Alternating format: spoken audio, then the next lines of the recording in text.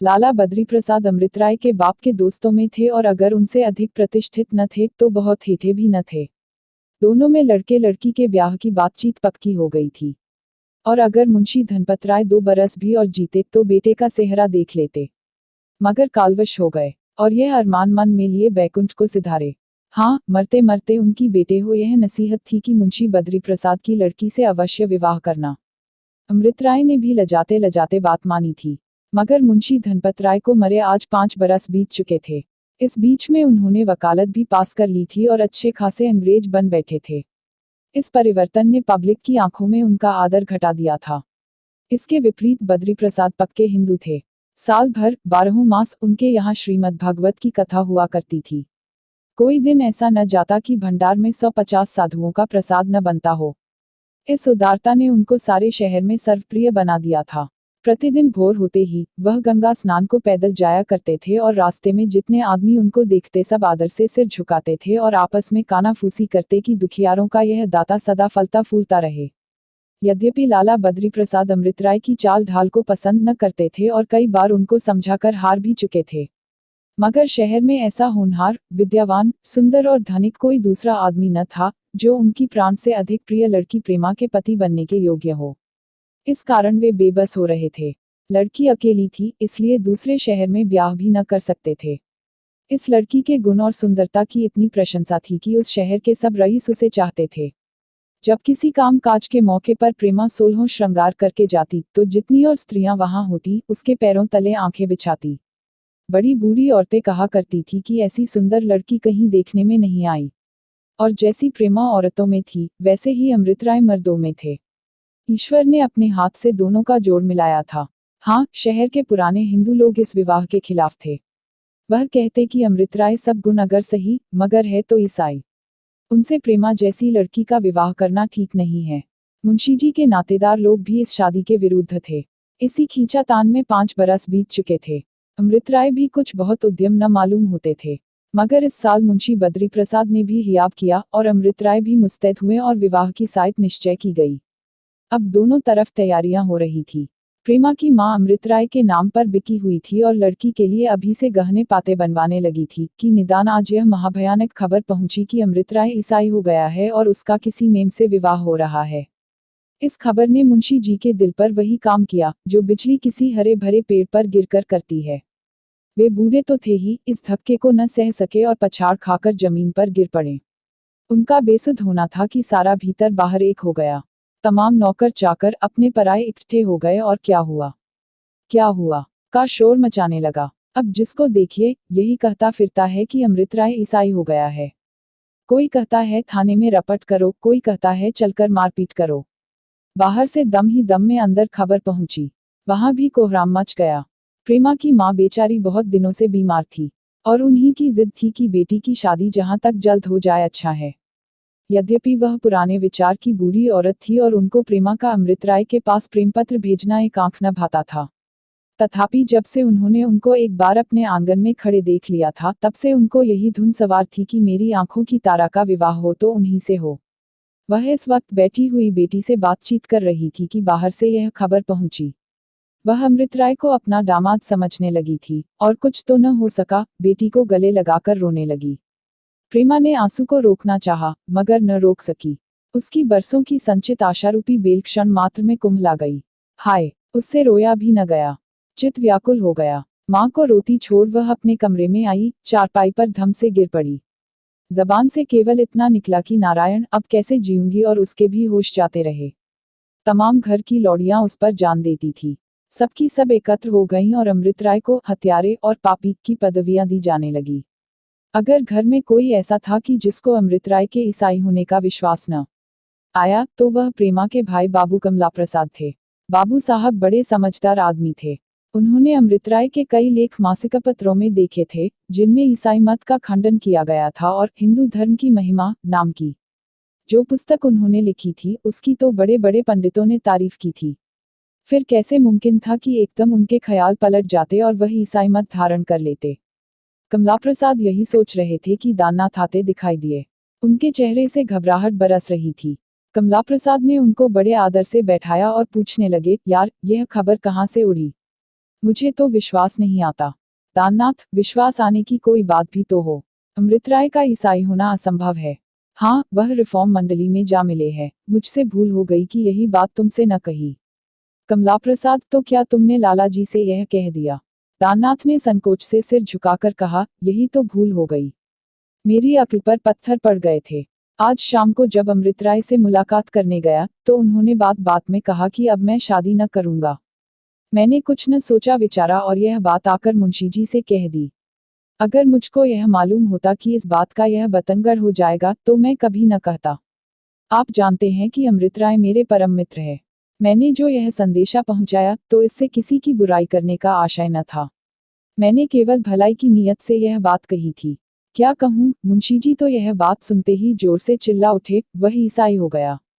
मैंने बहुतेरा अपना मतलब समझाया, मगर कौन सुनता है। वह यही कहते मूर्छा खाकर गिर पड़े। कमला प्रसाद यह सुनते ही लपक कर अपने पिता के पास पहुंचे। वह अभी तक बेसुध थे। उनको होश में लाए और दाननाथ का मतलब समझाया और फिर घर में पहुंचे। उधर सारे मोहल्ले की स्त्रियां प्रेमा के कमरे में एकत्र हो गई थीं और अपने अपने विचार अनुसार उसको सचेत करने की तरकीबें कर रही थी। मगर अब तक किसी से कुछ न बन पड़ा। निदान एक सुंदर नवयौवना दरवाजे से आती दिखाई दी। उसको देखते ही सब औरतों ने शोर मचाया, लो पूर्णा आ गई। अब रानी को चेत आ जाएगी। पूर्णा एक ब्राह्मणी थी। इसकी उम्र केवल 20 वर्ष की होगी। वह अति सुशीला और रूपवती थी। उसके बदन पर सादी साड़ी और सादे गहने बहुत ही भले मालूम होते थे। उसका विवाह पंडित बसंत कुमार से हुआ था, जो एक दफ्तर में 30 रुपए महीने के नौकर थे। उनका मकान पड़ोस ही में था। पूर्णा के घर में दूसरा कोई न था। इसलिए जब 10 बजे पंडित जी दफ्तर को चले जाते तो वह प्रेमा के घर चली आती और दोनों सखियां शाम तक अपने अपने मन की बातें सुना करती। प्रेमा उसको इतना चाहती थी कि यदि वह कभी किसी कारण से न आ सकती तो स्वयं उसके घर चली जाती। उसे देखे बिना उसको कल न पड़ती थी। पूर्णा का भी यही हाल था। पूर्णा ने आते ही सब स्त्रियों को वहां से हटा दिया, प्रेमा को इत्र सुंघाया, केवड़े और गुलाब का छींटा मुख पर मारा। धीरे धीरे उसके तलवे सहलाए, सब खिड़कियां खुलवा दी। इस तरह जब ठंडक पहुंची तो प्रेमा ने आंखें खोल दी और चौंक कर उठ बैठी। बूढ़ी माँ की जान में जान आई। वह पूर्णा की बलाएं लेने लगी और थोड़ी देर में सब स्त्रियां प्रेमा को आशीर्वाद देते हुए सिंधारी। पूर्णा रह गई। जब एकांत हुआ तो उसने कहा, प्यारी प्रेमा, आंखें खोलो, यह क्या गत बना रखी है। प्रेमा ने बहुत धीरे से कहा, हाय सखी, मेरी तो सब आशाएं मिट्टी में मिल गईं। पूर्णा, प्यारी ऐसी बातें न करो। जरा दिल को संभालो और बताओ तुमको यह खबर कैसे मिली। प्रेमा, कुछ न पूछो सखी, मैं बड़ी अभागिनी हूँ। रोकर, हाय, दिल बैठा जाता है। मैं कैसे जीऊंगी। पूर्णा, प्यारी जरा दिल को ढारस तो दो, मैं अभी सब पता लगाए देती हूँ। बाबू अमृत राय पर जो दोष लोगों ने लगाया है वह सब झूठ है। प्रेमा, सखी, तुम्हारे मुंह में घी शक्कर। ईश्वर करे तुम्हारी बातें सच हों। थोड़ी देर चुप रहने के बाद वह फिर बोली, कहीं एक दम के लिए मेरी उस कटिकलेजिए से भेंट हो जाती तो मैं उनका क्षेम कुशल पूछती। फिर मुझे मरने का रंज न होता। पूर्णा, यह कैसी बात कहती हो सखी, मरे वह जो तुमको देख न सके। मुझसे कहो, मैं तांबे के पत्र पर लिख दूं कि अमृत राय अगर ब्याह करेंगे तो तुम ही से करेंगे।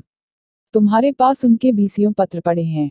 मालूम होता है किसी ने कलेजा निकाल के धर दिया है। एक एक शब्द से सच्चा प्रेम टपकता है। ऐसा आदमी कभी दगा नहीं कर सकता। प्रेमा, यही सब सोच सोच कर तो आज 4 बरस से दिल को ढारस दे रही हूँ, मगर अब उनकी बातों का मुझे विश्वास नहीं रहा। तुम ही बताओ, मैं कैसे जानूं कि उनको मुझसे प्रेम है। आज 4 बरस के दिन बीत गए। मुझे तो एक एक दिन काटना दूभर हो रहा है और वहां कुछ खबर ही नहीं होती। मुझे कभी कभी उनके इस टालमटोल पर ऐसी झुंझलाहट होती है कि तुमसे क्या कहूँ। जी चाहता है उनको भूल जाऊं, मगर कुछ बस नहीं चलता। दिल बेहया हो गया। यहाँ अभी यही बातें हो रही थी कि बाबू कमला प्रसाद कमरे में दाखिल हुए। उनको देखते ही पूर्णा ने घूंघट निकाल ली और प्रेमा ले भी चट आंखों से आंसू पोंछ लिए और संभल बैठी। कमला प्रसाद, प्रेमा, तुम भी कैसी नादान हो। ऐसी बातों पर तुमको विश्वास क्यों कर आ गया। इतना सुनना था कि प्रेमा का मुखड़ा गुलाब की तरह खिल गया।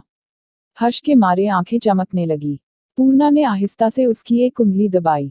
दोनों के दिल धड़कने लगे कि देखे यह क्या कहते हैं। कमला प्रसाद, बात केवल इतनी हुई कि घंटा भर हुआ लालाजी के पास बाबू दाननाथ आए हुए थे। शादी ब्याह की चर्चा होने लगी तो बाबू साहब ने कहा कि मुझे तो बाबू अमृत राय के इरादे इस साल भी पक्के नहीं मालूम होते। शायद वह रिफॉर्म मंडली में दाखिल होने वाले हैं। बस इतनी सी बात लोगों ने कुछ का कुछ समझ लिया।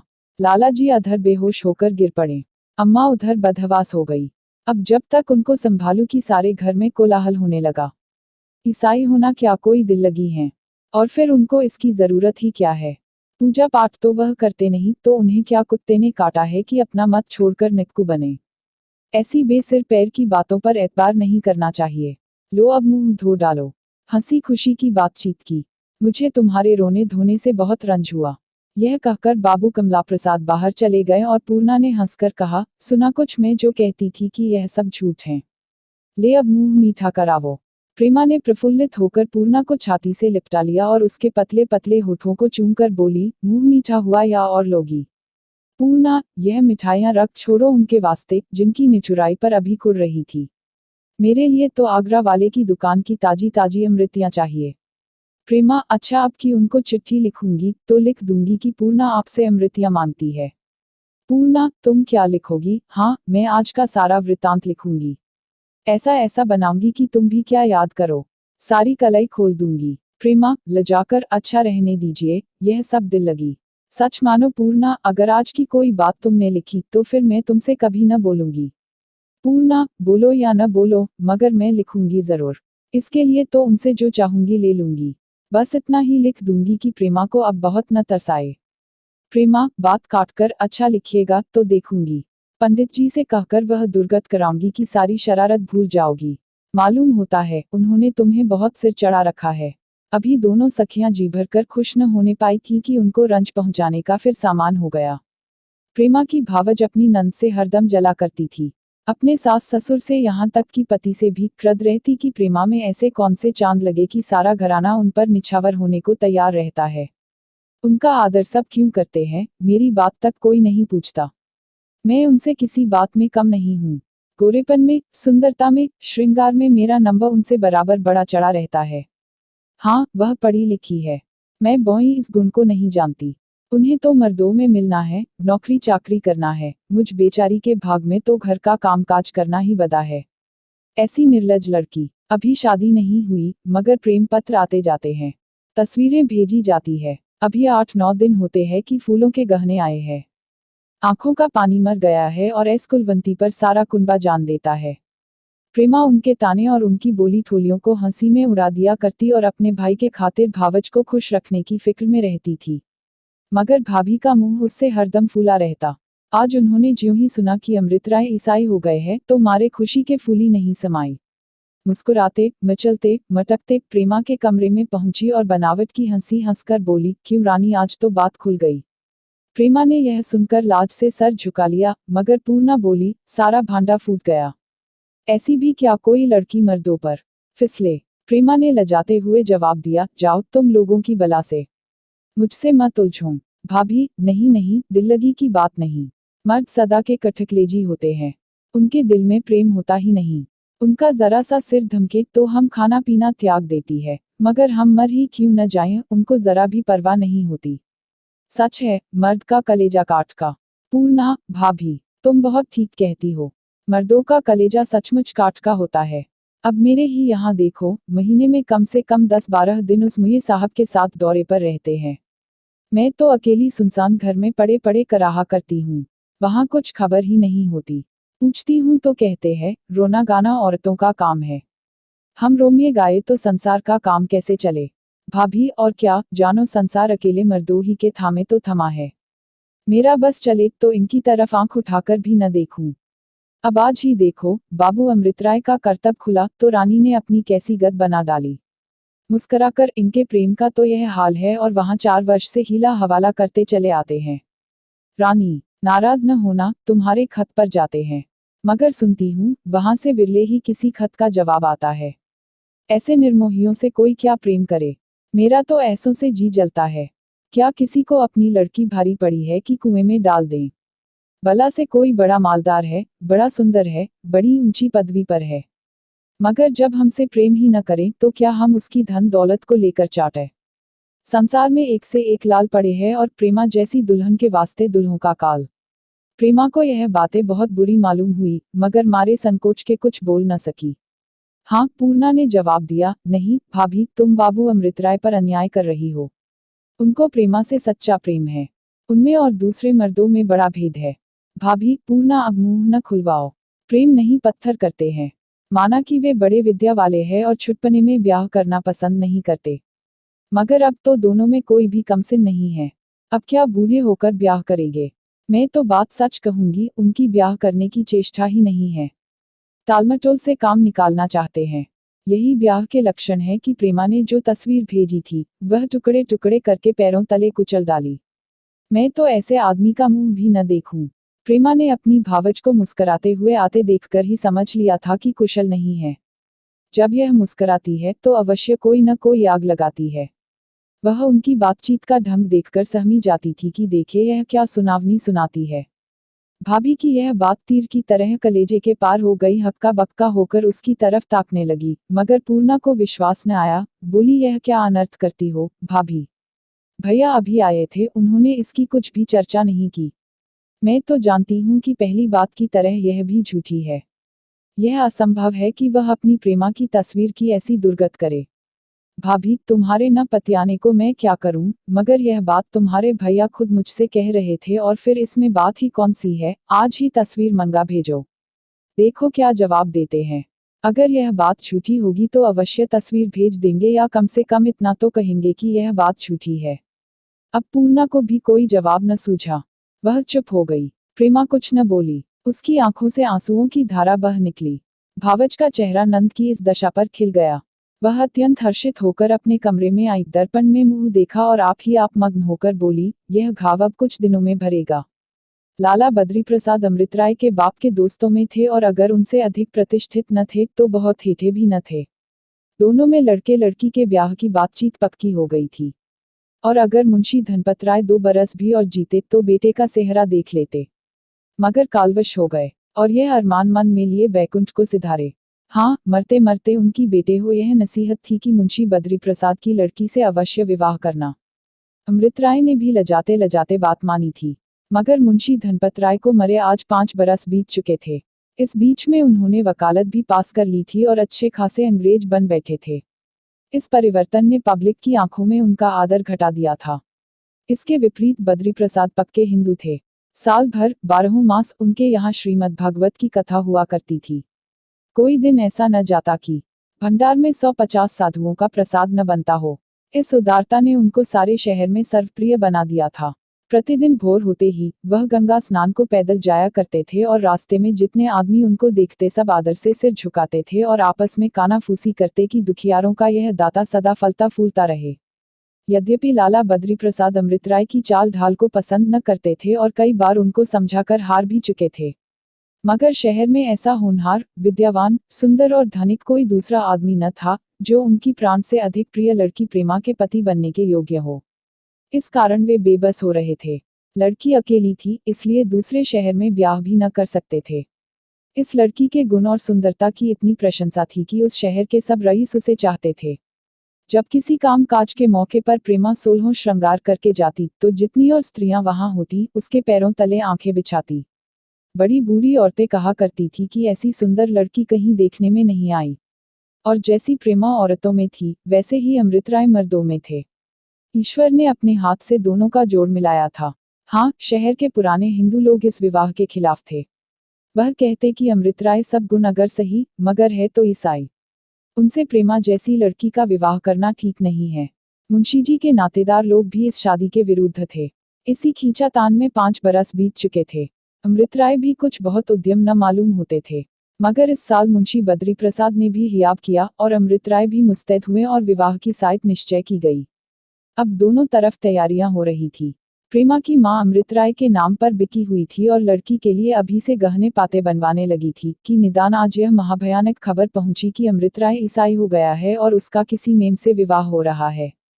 इस खबर ने मुंशी जी के दिल पर वही काम किया जो बिजली किसी हरे भरे पेड़ पर गिरकर करती है। वे बूढ़े तो थे ही, इस धक्के को न सह सके और पछाड़ खाकर जमीन पर गिर पड़े। उनका बेसुध होना था कि सारा भीतर बाहर एक हो गया। तमाम नौकर चाकर अपने पराये इकट्ठे हो गए और क्या हुआ का शोर मचाने लगा। अब जिसको देखिए यही कहता फिरता है कि अमृत राय ईसाई हो गया है। कोई कहता है थाने में रपट करो, कोई कहता है चलकर मारपीट करो।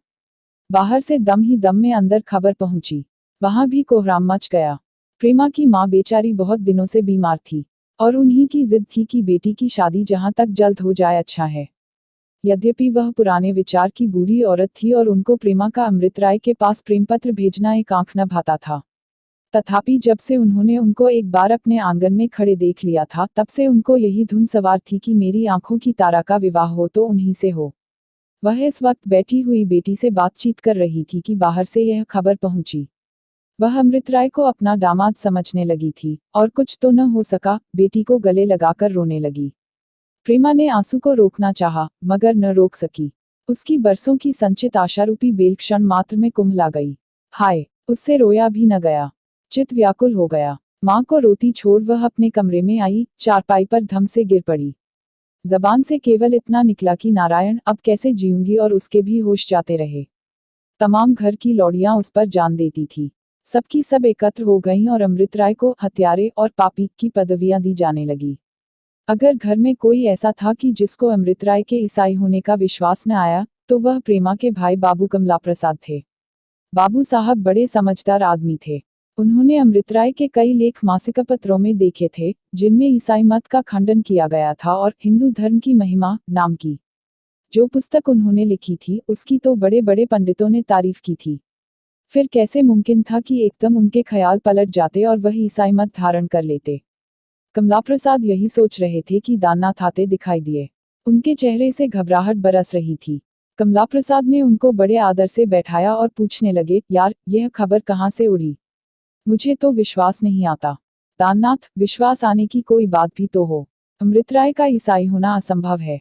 हाँ, वह रिफॉर्म मंडली में जा मिले हैं। मुझसे भूल हो गई कि यही बात तुमसे न कही।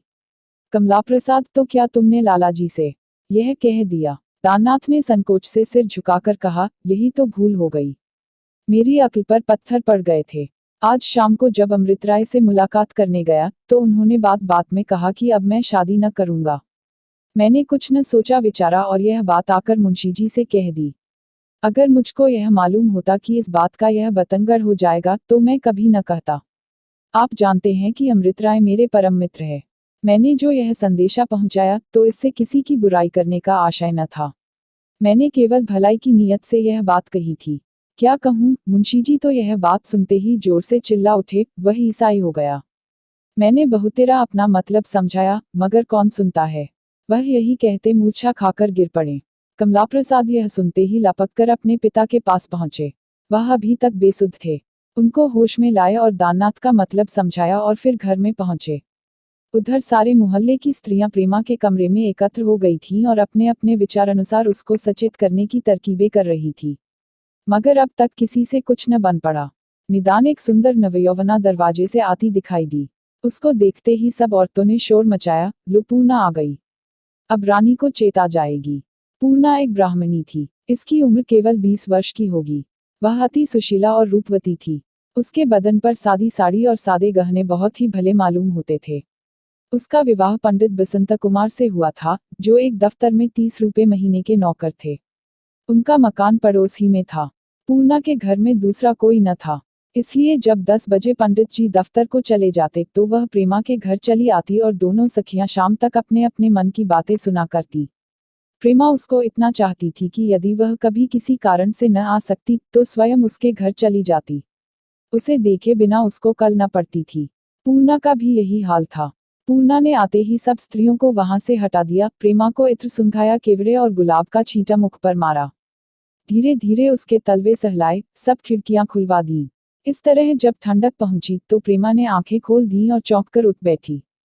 बूढ़ी माँ की जान में जान आई। वह पूर्णा की बलाएं लेने लगी और थोड़ी देर में सब स्त्रियां प्रेमा को आशीर्वाद देते हुए सिंधारी। पूर्णा रह गई। जब एकांत हुआ, तो उसने कहा, प्यारी प्रेमा, आंखें खोलो, यह क्या गत बना रखी है? प्रेमा ने बहुत धीरे से कहा, हाय सखी, मेरी तो सब आशाएं मिट्टी में मिल गईं। पूर्णा, प्यारी, ऐसी बातें न करो। जरा दिल को संभालो और बताओ तुमको यह खबर कैसे मिली?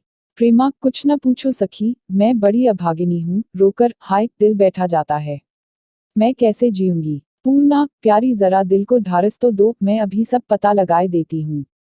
बाबू अमृत राय पर जो दोष लोगों ने लगाया है वह सब झूठ है। प्रेमा, सखी, तुम्हारे मुंह में घी शक्कर। ईश्वर करे तुम्हारी बातें सच हों। थोड़ी देर चुप रहने के बाद वह फिर बोली, कहीं एक दम के लिए मेरी उस कठकलेजिए से भेंट हो जाती तो मैं उनका क्षेम कुशल पूछती, फिर मुझे मरने का रंज न होता। पूर्णा, यह कैसी बात कहती हो सखी, मरे वह जो तुमको देख न सके। मुझसे कहो, मैं तांबे के पत्र पर लिख दूं कि अमृत राय अगर ब्याह करेंगे तो तुम ही से करें। तुम्हारे पास उनके 20 पत्र पड़े हैं। मालूम होता है किसी ने कलेजा निकाल के धर दिया है। एक एक शब्द से सच्चा प्रेम टपकता है। ऐसा आदमी कभी दगा नहीं कर सकता। प्रेमा, यही सब सोच सोच कर तो आज 4 बरस से दिल को ढारस दे रही हूँ, मगर अब उनकी बातों का मुझे विश्वास नहीं रहा। तुम ही बताओ, मैं कैसे जानूं कि उनको मुझसे प्रेम है। आज 4 बरस के दिन बीत गए। मुझे तो एक एक दिन काटना दूभर हो रहा है और वहां कुछ खबर ही नहीं होती। मुझे कभी कभी उनके इस टालमटोल पर ऐसी झुंझलाहट होती है कि तुमसे क्या कहूँ। जी चाहता है उनको भूल जाऊं, मगर कुछ बस नहीं चलता। दिल बेहया हो गया। यहाँ अभी यही बातें हो रही थी कि बाबू कमला प्रसाद कमरे में दाखिल हुए। उनको देखते ही पूर्णा ने घूंघट निकाल ली और प्रेमा ले भी चट आंखों से आंसू पोंछ लिए और संभल बैठी। कमला प्रसाद, प्रेमा, तुम भी कैसी नादान हो। ऐसी बातों पर तुमको विश्वास क्यों कर आ गया। इतना सुनना था कि प्रेमा का मुखड़ा गुलाब की तरह खिल गया।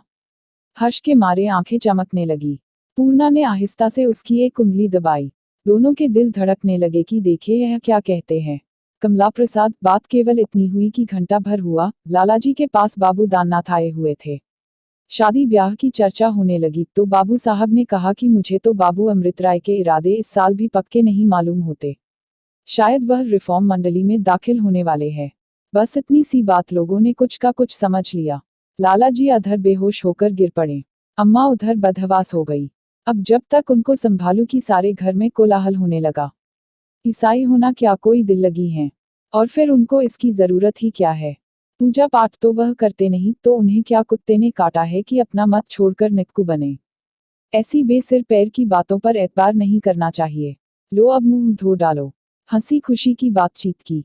मुझे तुम्हारे रोने धोने से बहुत रंज हुआ। यह कहकर बाबू कमला प्रसाद बाहर चले गए और पूर्णा ने हंसकर कहा, सुना कुछ मैं जो कहती थी कि यह सब झूठ है। ले अब मुंह मीठा करावो। प्रेमा ने प्रफुल्लित होकर पूर्णा को छाती से लिपटा लिया और उसके पतले पतले होठों को चूमकर बोली, मुंह मीठा हुआ या और लोगी। पूर्णा, यह मिठाइयां रख छोड़ो उनके वास्ते, जिनकी निठुराई पर अभी कुड़ रही थी। मेरे लिए तो आगरा वाले की दुकान की ताजी ताजी अमृतियां चाहिए।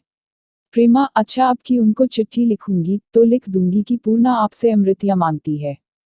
पूर्णा, तुम क्या लिखोगी। हाँ, मैं आज का सारा वृत्तांत लिखूंगी। ऐसा ऐसा बनाऊंगी कि तुम भी क्या याद करो।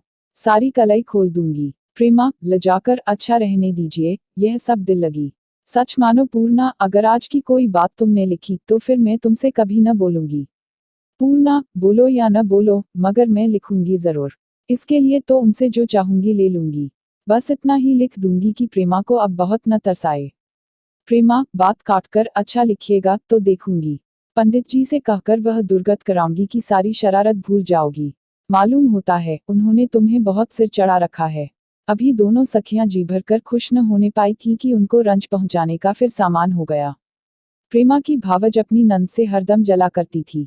अपने सास ससुर से यहाँ तक कि पति से भी क्रुद्ध रहती कि प्रेमा में ऐसे कौन से चांद लगे कि सारा घराना उन पर निछावर होने को तैयार रहता है। उनका आदर सब क्यों करते हैं, मेरी बात तक कोई नहीं पूछता। मैं उनसे किसी बात में कम नहीं हूँ। गोरेपन में, सुंदरता में, श्रृंगार में मेरा नंबर उनसे बराबर बड़ा चढ़ा रहता है। हाँ, वह पढ़ी लिखी है।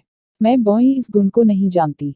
उन्हें तो मर्दों में मिलना है, नौकरी चाकरी करना है, मुझ बेचारी के भाग में तो घर का कामकाज करना ही बदा है। ऐसी निर्लज लड़की। अभी शादी नहीं हुई, मगर प्रेम पत्र आते जाते हैं, तस्वीरें भेजी जाती है। अभी 8-9 दिन होते हैं कि फूलों के गहने आए हैं। आंखों का पानी मर गया है और ऐस कुलवंती पर सारा कुनबा जान देता है। प्रेमा उनके ताने और उनकी बोली ठोलियों को हंसी में उड़ा दिया करती और अपने भाई के खातिर भावज को खुश रखने की फिक्र में रहती थी। मगर भाभी का मुंह उससे हरदम फूला रहता। आज उन्होंने ज्यों ही सुना कि अमृत राय ईसाई हो गए हैं तो मारे खुशी के फूली नहीं समाई। मुस्कुराते, मचलते, मटकते प्रेमा के कमरे में पहुंची और बनावट की हंसी हंसकर बोली, क्यों रानी, आज तो बात खुल गई। प्रेमा ने यह सुनकर लाज से सर झुका लिया, मगर पूर्णा बोली, सारा भांडा फूट गया। ऐसी भी क्या कोई लड़की मर्दों पर फिसले। प्रेमा ने लजाते हुए जवाब दिया, जाओ तुम लोगों की बला से, मुझसे मत उलझो। भाभी, नहीं नहीं, दिल लगी की बात नहीं। मर्द सदा के कठकलेजी होते हैं, उनके दिल में प्रेम होता ही नहीं। उनका जरा सा सिर धमके तो हम खाना पीना त्याग देती है, मगर हम मर ही क्यों न जाएं, उनको जरा भी परवाह नहीं होती। सच है, मर्द का कलेजा काट का। पूर्णा, भाभी, तुम बहुत ठीक कहती हो। मर्दों का कलेजा सचमुच काट का होता है। अब मेरे ही यहाँ देखो, महीने में कम से कम 10-12 दिन उस मुझे साहब के साथ दौरे पर रहते हैं। मैं तो अकेली सुनसान घर में पड़े पड़े कराहा करती हूँ। वहाँ कुछ खबर ही नहीं होती। पूछती हूँ तो कहते हैं, रोना गाना औरतों का काम है। हम रोमिए गाए तो संसार का काम कैसे चले। भाभी, और क्या जानो, संसार अकेले मर्दों ही के थामे तो थमा है। मेरा बस चले तो इनकी तरफ आंख उठाकर भी न देखूं। अब आज ही देखो, बाबू अमृतराय का करतब खुला तो रानी ने अपनी कैसी गत बना डाली। मुस्कुराकर इनके प्रेम का तो यह हाल है और वहां 4 वर्ष से हीला हवाला करते चले आते हैं। रानी, नाराज न होना, तुम्हारे खत पर जाते हैं। मगर सुनती हूँ, वहां से विरले ही किसी खत का जवाब आता है। ऐसे निर्मोहियों से कोई क्या प्रेम करे। मेरा तो ऐसों से जी जलता है। क्या किसी को अपनी लड़की भारी पड़ी है कि कुएं में डाल दें। भला से कोई बड़ा मालदार है, बड़ा सुंदर है, बड़ी ऊंची पदवी पर है, मगर जब हमसे प्रेम ही न करें तो क्या हम उसकी धन दौलत को लेकर चाटे। संसार में एक से एक लाल पड़े हैं और प्रेमा जैसी दुल्हन के वास्ते दुल्हों का काल। प्रेमा को यह बातें बहुत बुरी मालूम हुई, मगर मारे संकोच के कुछ बोल न सकी। हाँ, पूर्णा ने जवाब दिया, नहीं भाभी, तुम बाबू अमृतराय पर अन्याय कर रही हो। उनको प्रेमा से सच्चा प्रेम है। उनमें और दूसरे मर्दों में बड़ा भेद है। भाभी, पूर्णा अब मुंह न खुलवाओ। प्रेम नहीं पत्थर करते हैं। माना कि वे बड़े विद्या वाले हैं और छुटपने में ब्याह करना पसंद नहीं करते, मगर अब तो दोनों में कोई भी कमसिन नहीं है। अब क्या बूढ़े होकर ब्याह करेंगे। मैं तो बात सच कहूंगी, उनकी ब्याह करने की चेष्टा ही नहीं है। टालमटोल से काम निकालना चाहते हैं। यही ब्याह के लक्षण है कि प्रेमा ने जो तस्वीर भेजी थी, वह टुकड़े टुकड़े करके पैरों तले कुचल डाली। मैं तो ऐसे आदमी का मुंह भी न देखूं। प्रेमा ने अपनी भावज को मुस्कुराते हुए आते देखकर ही समझ लिया था कि कुशल नहीं है। जब यह मुस्कुराती है तो अवश्य कोई न कोई आग लगाती है। वह उनकी बातचीत का ढंग देखकर सहमी जाती थी कि देखे यह क्या सुनावनी सुनाती है। भाभी की यह बात तीर की तरह कलेजे के पार हो गई। हक्का बक्का होकर उसकी तरफ ताकने लगी, मगर पूर्णा को विश्वास न आया। बोली, यह क्या अनर्थ करती हो भाभी। भैया अभी आए थे, उन्होंने इसकी कुछ भी चर्चा नहीं की। मैं तो जानती हूँ कि पहली बात की तरह यह भी झूठी है। यह असंभव है कि वह अपनी प्रेमा की तस्वीर की ऐसी दुर्गत करे। भाभी, तुम्हारे न बतियाने को मैं क्या करूं, मगर यह बात तुम्हारे भैया खुद मुझसे कह रहे थे और फिर इसमें बात ही कौन सी है। आज ही तस्वीर मंगा भेजो, देखो क्या जवाब देते हैं। अगर यह बात झूठी होगी तो अवश्य तस्वीर भेज देंगे, या कम से कम इतना तो कहेंगे कि यह बात झूठी है। अब पूर्णा को भी कोई जवाब न सूझा। वह चुप हो गई। प्रेमा कुछ न बोली। उसकी आंखों से आंसुओं की धारा बह निकली। भावज का चेहरा नंद की इस दशा पर खिल गया। वह अत्यंत हर्षित होकर अपने कमरे में आई, दर्पण में मुंह देखा और आप ही आप मग्न होकर बोली, यह घाव अब कुछ दिनों में भरेगा।